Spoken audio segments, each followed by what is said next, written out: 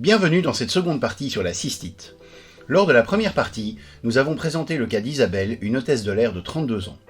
Elle présente pour la première fois des symptômes urinaires, des douleurs et des brûlures lors de l'émission des urines et une augmentation de la fréquence des mictions.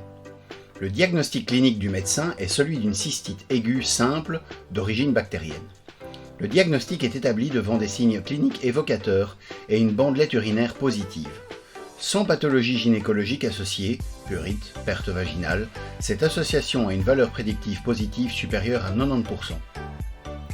La cystite aiguë est une inflammation de la vessie. On distingue les cystites simples des cystites à risque de complications. La cystite simple concerne la femme de moins de 65 ans, non enceinte, sans pathologie particulière, n'ayant pas présenté d'épisode de cystite depuis au moins 3 mois. Il n'y a ni douleur lombaire, ni fièvre. Cette dernière reflète l'extension de l'infection au-delà de la vessie. Dans le cas d'un premier épisode chez une jeune femme sans terrain particulier, comme le cas d'Isabelle, l'examen cytobactériologique des urines n'est pas nécessaire car il y a peu de risques de complications urinaires. Dans cette vidéo, nous allons analyser les ordonnances d'Isabelle. Pour traiter sa cystite, le médecin lui a prescrit un antibiotique, la phosphomycine. Elle est commercialisée sous le nom de Monuril. La phosphomycine se présente sous forme d'un sachet de granulés en prise unique, à prendre avec un grand verre d'eau. Cet antibiotique est formulé avec des sels de trométamol qui améliorent l'absorption de la phosphomycine par l'organisme. Il sera éliminé sous forme active dans les urines.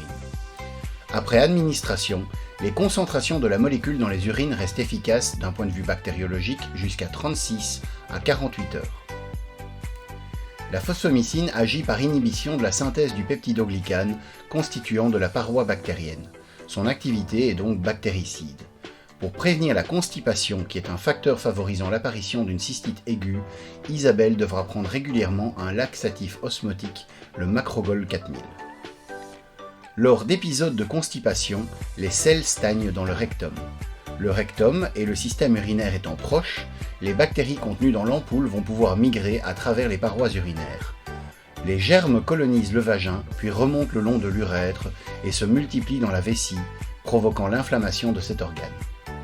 Le médecin a aussi rédigé une autre prescription pour qu'Isabelle puisse s'autogérer. En cas de récidive, une bandelette urinaire doit être réalisée avant la prise de l'antibiotique afin d'être certain qu'il s'agisse bien d'une infection urinaire. En l'absence d'antibiothérapie, une cystite aiguë simple évolue vers la guérison dans 20 à 25% des cas. Cependant, les symptômes peuvent persister durant plusieurs jours ou semaines. La mise en place rapide d'une antibiothérapie a pour objectif de soulager les symptômes, en 24 à 48 heures environ, et de réduire leur durée. Elle permet d'éliminer les agents pathogènes responsables de l'infection, ce qui diminuera le risque de réapparition des symptômes. Elle permet également de prévenir les complications qui pourront potentiellement émerger suite à cette infection. Oui, en cas de cystite aiguë simple, les recommandations préconisent une antibiothérapie courte, monodose ou sur 5 jours, qui vise de façon probabiliste à assurer l'éradication des principaux germes impliqués. En Belgique, c'est la nitrofurantoïne qui sera prescrite en première intention, contrairement à la France, où les recommandations préconisent la phosphomycine en première ligne. C'est seulement si cette stratégie thérapeutique échoue qu'un examen cytobactériologique des urines avec antibiogramme sera proposé, suivi d'un traitement adapté aux germes impliqués.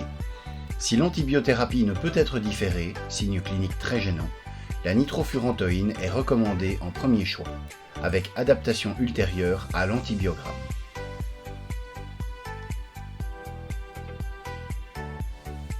Le médecin a fait le choix de la phosphomycine en prise unique, qui a l'avantage de faciliter l'observance et d'être bien tolérée par les patientes. Les effets indésirables rapportés sont des troubles digestifs transitoires type nausée et diarrhée. En l'absence de facteurs de risque de complications, le médecin a initié le traitement antibiotique sans connaître avec certitude la nature et ou la sensibilité du ou des micro-organismes responsables de l'infection, mais en s'appuyant sur la probabilité de rencontrer telle ou telle bactérie au vu d'un faisceau d'arguments cliniques et ou épidémiologiques. Les micro-organismes à l'origine d'infections urinaires simples sont prévisibles. Les germes les plus fréquemment retrouvés dans les infections urinaires sont donc de loin les entérobactéries, avec comme espèce largement dominante Escherichia coli, à cause de sa capacité accrue d'adhésion à l'épithélium de la vessie. Ensuite viennent Proteus mirabilis et Klebsiella spp, plus rarement impliqués. Parmi les germes gram-positifs, le Staphylococcus saprophyticus est le plus fréquemment isolé. Cette bactérie est une des principales causes d'infections urinaires, non compliquées chez la femme jeune sexuellement active.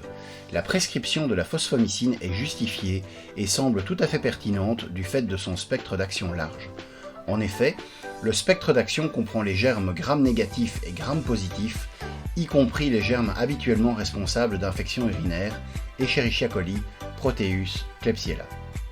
Quelques bactéries à gram-positif sont naturellement résistantes à la fosfomycine, notamment les Staphylococcus saprophyticus. Non, elles ne présentent pas d'interaction médicamenteuse. Il s'agit d'une première délivrance de ce traitement. La fosfomycine doit être prise aujourd'hui, dès que possible. Si la symptomatologie n'est pas trop douloureuse, il est préférable de prendre le traitement le soir au coucher pour permettre à l'antibiotique de rester le plus longtemps possible dans les voies urinaires de la patiente. En effet, l'inconvénient de cet antibiotique est qu'il sera éliminé dès qu'une miction aura lieu. Si la patiente ne peut attendre le soir même pour prendre son antibiotique, il faudra lui conseiller de se retenir le plus longtemps possible avant d'aller uriner et de boire peu ou pas d'eau. Il est primordial de prendre le sachet de Monuril à distance des repas, 2 à 3 heures, car la nourriture réduit son absorption. Par exemple, vers 22 heures après avoir dîné vers 20 heures. Avant la prise du médicament, la patiente doit d'abord vider sa vessie. Il est aussi conseillé de s'allonger après la prise de ce médicament pour que l'antibiotique couvre une surface optimale des épithéliums vésicaux. Cela permettra à l'antibactérien de propager son pouvoir bactéricide au maximum et ainsi d'atteindre le plus grand nombre de bactéries. En plus des conseils de prise relatifs au Monuril, il est primordial de rassurer la patiente, peu convaincue par le traitement qui lui a été prescrit. L'intensité des symptômes ressentis laisse penser à la jeune femme qu'un seul sachet d'antibiotiques n'était peut-être pas suffisant. Il faut expliquer à la patiente que l'antibiotique, bien qu'en prise unique, agit sur une période allant de 36 à 48 heures et qu'il est possible que les signes cliniques persistent encore pendant 2 à 3 jours sans que cela signifie un échec du traitement. En général, l'évolution est rapidement favorable avec rémission des symptômes urinaires. En cas d'apparition de fièvre et ou de douleurs lombaires évoquant une atteinte des reins ou de persistance des symptômes au-delà de 2 à 3 jours, le médecin doit être recontacté. L'échec du traitement peut être dû à la présence d'un germe naturellement résistant à la fosfomycine, Staphylococcus saprophyticus. Les sachets de Macrogol sont à diluer dans un verre d'eau et à prendre de préférence le matin. Une hydratation suffisante est nécessaire pour une action correcte du laxatif. La posologie, 1 à 2 sachets par jour, est à adapter en fonction du transit. Nous vous donnons rendez-vous dans la partie 3 pour connaître le principe des bandelettes urinaires et la partie 4 où nous développerons les conseils hygiéno-diététiques ainsi que les principales plantes et huiles essentielles utiles contre la cystite. Pour nous encourager à produire d'autres vidéos, merci de liker et de vous abonner à notre chaîne.